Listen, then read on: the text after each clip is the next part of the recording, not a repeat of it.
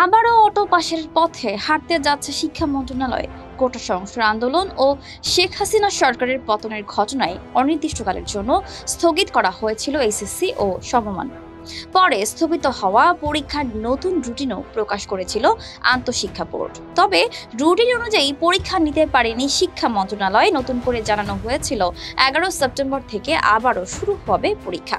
তবে নতুন খবর হলো নাও হতে পারে স্থগিত হওয়া পরীক্ষাগুলো। তাহলে কি হবে স্থগিত হওয়া সেই পরীক্ষাগুলোর? সেই প্রশ্নেরও উত্তর মিলেছে। করোনাকালীন সময়ের মতোই এবারও অটো পাশের পথে হাঁটতে যাচ্ছে শিক্ষা মন্ত্রণালয়। খুব দ্রুতই এই ব্যাপারে চূড়ান্ত সিদ্ধান্ত আসবে বলে জানিয়েছেন শিক্ষা মন্ত্রণালয়ের মাধ্যমিক ও উচ্চশিক্ষা বিভাগের সিনিয়র সচিব ডক্টর শেখ আব্দুর রশিদ। তিনি আরও জানান, পুনর্নির্বাচকৃত সময়সূচি অনুযায়ী আগামী 11 সেপ্টেম্বর থেকে স্থগিত পরীক্ষাগুলো শুরু হওয়ার কথা থাকলেও শিক্ষা বোর্ড জানতে পেরেছে শিক্ষার্থীরা নতুন করে আর পরীক্ষায় বসতে চান না। শিক্ষার্থীদের দাবি, তাদের অনেক সহপাঠী পরীক্ষার্থী আন্দোলনে অংশ নিয়ে নিহত বা আহত হয়েছেন, অনেকে চিকিৎসাধীন। এর বাইরে বিভিন্ন থানায় রাখা প্রশ্নপত্র ও উত্তরপত্র পুড়ে যাওয়ার বিষয়টিও সামনে এনেছেন শিক্ষার্থীরা। এমন পরিস্থিতিতে তারা আর বাকি বিষয়গুলোর পরীক্ষায় অংশ নিতে চান না। দেশের এই সার্বিক পরিস্থিতি বিবেচনায় অটো পাস অথবা এসএসসির ফলাফলের ভিত্তিতে ফল তৈরির এই দাবি নিয়ে কোথাও কোথাও আন্দোলনেও নেমেছেন শিক্ষার্থীরা। এছাড়া অটো পাসের দাবি নিয়ে শিক্ষার্থীদের ঢাকা মাধ্যমিক ও উচ্চ মাধ্যমিক বোর্ড ঘেরাও ও কর্মকর্তাদের অবরুদ্ধ করার ঘটনাও ঘটেছে।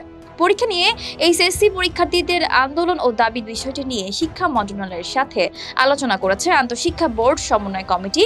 এরপরই আসে ঘোষিত রুটিন বাতিলের নির্দেশনা। আজ আবারও শিক্ষা মন্ত্রণালয়ের সাথে বৈঠকে বসবে শিক্ষা উপদেষ্টা সচিব, সব বোর্ডের চেয়ারম্যানেরা।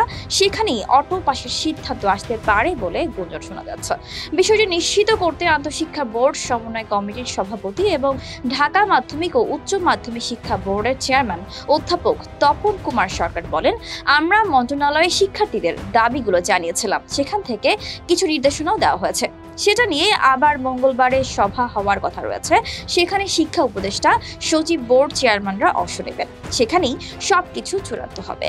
গত 30 জুন দেশব্যাপী শুরু হয়েছিল এইচএসসি ও সমমানের পরীক্ষা। তবে পরীক্ষা শুরুর 1 সপ্তাহ পরেই শুরু হয় কোটা সংস্কার আন্দোলন। বন্ধ হয়ে যায় পরীক্ষা। শুরুতে 18 জুলাই সাময়িকভাবে 2টি পরীক্ষা স্থগিত করা হয়েছিল।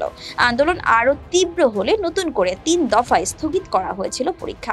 গত 30 জুন এইচএসসি ও সমমান পরীক্ষাগুলো হয়। রুটিন অনুযায়ী 8 দিন পরীক্ষা হওয়ার পর কোটা সংস্কার আন্দোলন ঘিরে সৃষ্ট পরিস্থিতিতে 18 জুলাইয়ের সব পরীক্ষা স্থগিত করা হয়। এরপর আর 3 দফায় পরীক্ষা স্থগিত করে সরকার। অন্তর্বর্তীকালীন সরকারের গঠনের পর এইচএসসি পরীক্ষা নিয়ে নতুন করে রুটিন প্রকাশ করা হলেও শেষ পর্যন্ত সেই সূচিতেও পরীক্ষা নিতে পারেনি শিক্ষা বোর্ড।